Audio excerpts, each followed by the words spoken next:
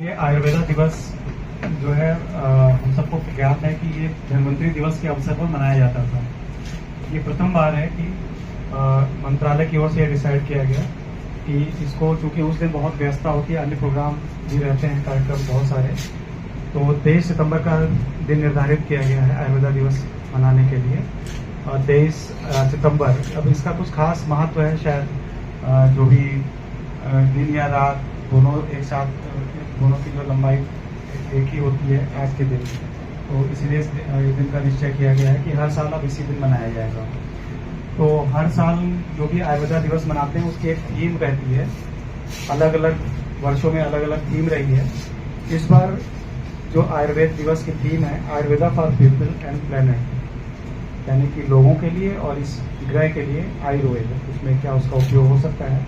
तो मिनिस्ट्री की तरफ से बहुत से ऐसे पत्रों के द्वारा जो है क्या क्या उनकी सब थीम्स हो सकती हैं, इस पर हम लोगों को अवगत कराया गया है, जिसके विषय में मैं अपने सर से, प्रभारी महोदय से अनुरोध करूंगा कि वो कुछ इस पर प्रकाश डालें। आज हम 10वें आयुर्वेद दिवस के उपलक्ष्य में यह प्रेस वार्ता यहाँ पर आज कर रहे हैं। आवाज नहीं आ रही? आज हम 10वें आयुर्वेद दिवस के उपलक्ष्य में एक यहाँ प्रेस वार्ता रखी गई है, जिसमें हम विगत 15 दिन से आयुर्वेद के लिए प्रचार और प्रसार, साथ साथ जो थीम इस बार रखेगी जन कल्याण और पृथ्वी के लिए आयुर्वेद। तो जन कल्याण में इनकी जो पहली वो थीम थी कि आयुर्वेदा आहार और ओबेसिटी का क्या संबंध होना चाहिए, क्योंकि ओबेसिटी एक कॉमन समस्या हो गई है आदमी में कि वो आयुर्वेद के द्वारा ही उसका निराकरण हम कर सकते हैं। दूसरा, आज के युग में digital transformation of Ayurveda, breeding tradition and technology, तो हम अपनी टेक्नोलॉजी का भी यूज करके आयुर्वेद को प्रमोट करना है, हमें इस पर भी हमें फोकस करना है। और सबसे बड़ी चीज समस्या लोगों को आती है कि मिसलीडिंग कंसेप्ट, जो कुछ लोग करते हैं गर्व के साथ, मैं ये ठीक कर दूंगा, मैं ये ठीक कर दूंगा, तो इस तरह की भ्रांतियों का भी हम निराकरण हमें इस जो आयुर्वेद दिवस मना रहे हैं, इस तरह की थीम हम लोगों ने एक जागरूकता कार्यक्रम किया है कि जो इस तरह की मिसलीडिंग एडवर्टीजमेंट आते हैं उनको हमें कहाँ पर रिपोर्ट करना है। इस तरह की हमारे यहाँ फार्मको विजिलेंस की भी सेमिनार हुई, तो उस तरह का हम लोग यहाँ पर जो बीओ होते हैं यहाँ के जो औसत नियंत्रक होते हैं उनके हम इस तरह करते हैं कि मिसलीडिंग क्षेत्र में चल रहा है। जो इस बार की एक खास अप्रोच रही कि हमें कैंसर एक गंभीर समस्या हो गई है, तो हम आयुर्वेद में उसको कम्प्लीमेंट्री क्या दे सकते हैं। आप कीमोथेरेपी, रेडियोथेरेपी कराते हैं, लेकिन पेशेंट्स की स्थिति उतनी इम्यूनिटी बॉडी की ठीक नहीं रहती है।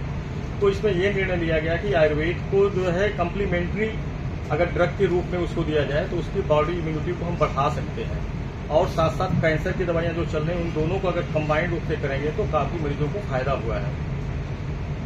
जो इनकी 5वीं स्कीम थी कि वेलनेस सेंटर स्कूलों में बच्चों के लिए अवेयरनेस करने के लिए, बच्चों के लिए हम आयुर्वेद में क्या करेंगे, तो इसके लिए इन्होंने हर स्कूल कॉलेज में जो हर्बल्स मेडिसिन है, प्लांट है, उसके बारे में इन लोगों का जागरूक करना था।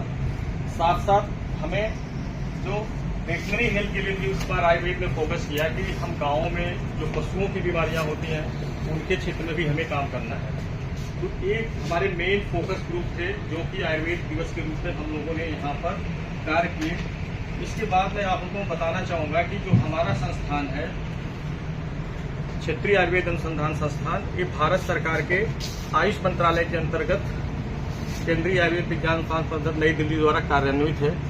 और इस क्षेत्र में, आयुर्वेद के क्षेत्र में, ये पहला हॉस्पिटल है जो कि नेशनल एक्रेडिटेड बोर्ड हॉस्पिटल है, नेशनल बोर्ड एक्रेडिटेड लैब है, हमारे पास BIS का सर्वे है, और साथ में जो फूड सेफ्टी उसके भी मतलब हमारे पास सर्टिफिकेट है। इस तरह का हमारे पास एक्रीडेशन होना इस लखनऊ की जनता के लिए गर्व की बात है कि आयुर्वेद में इस तरह का उच्च कोटि का एक अस्पताल यहाँ है। साथ साथ हम अनुसंधान परक इकाइयों को भी यहाँ पर प्रमोट करते हैं कि कैसे हम आम पब्लिक के लिए जो अनुसंधान के नवाचार हो रहे हैं उनको कैसे हम जागरूक कराएं। तो जो हमारे यहाँ पर रिसर्च भी होती है उसको हम आम पब्लिक में भी कैसे उसको प्रचार करें।